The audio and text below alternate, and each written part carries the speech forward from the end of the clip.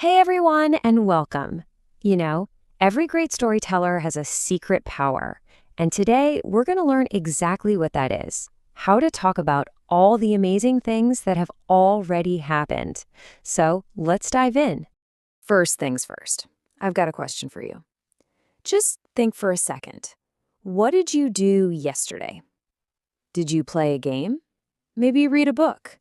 Or did you help your parents with something? Just keep that thought in your head for a little bit. Okay, now let's meet our storytellers for today. This is Priya and her best friend, Rohan. They live in a really nice neighborhood called Shantinagar, and trust me, they had a super busy day yesterday, playing with Priya's adorable pet bunny, Bolu. So later that evening, their Dadaji, that's their grandfather, sat them down. And with a big, warm smile, he asked them a very, very important question. What amazing things did you two do yesterday? Priya thought for a moment, and then she started her story. Now listen really carefully to the words she's using. She said, "It rained yesterday, so we played inside.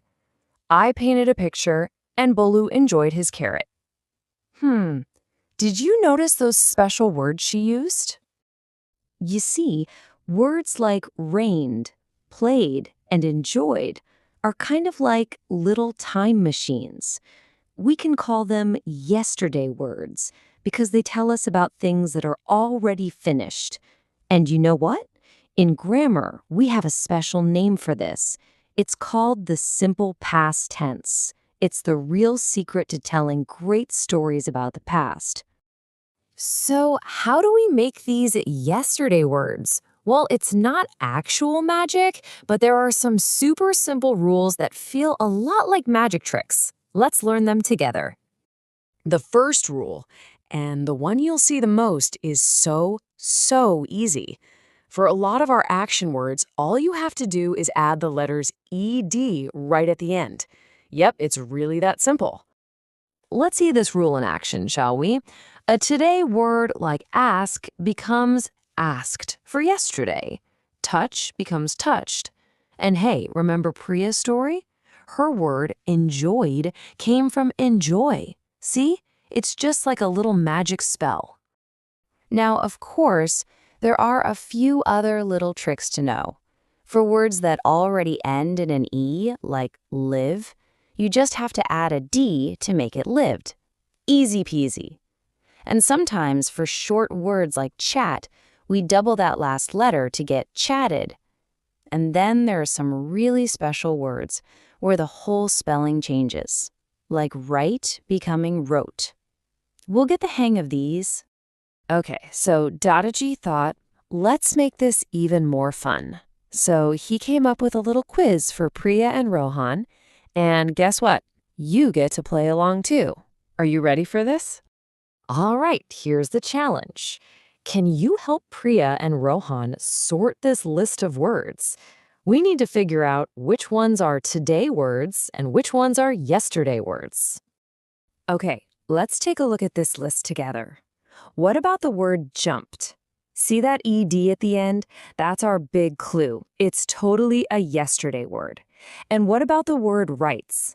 That little S on the end tells us it's happening now. So that's a today word. You're getting good at this. Fantastic work. Dadaji was super impressed. So for the next part of his quiz, he gave them a few sentences with some words missing. Let's try this one together. The boys eat supper. Now remember, this happened yesterday. The yesterday word for eat is one of those special ones. Can you guess? It's ate. The boys ate their supper. Yes, you got it. See how that works?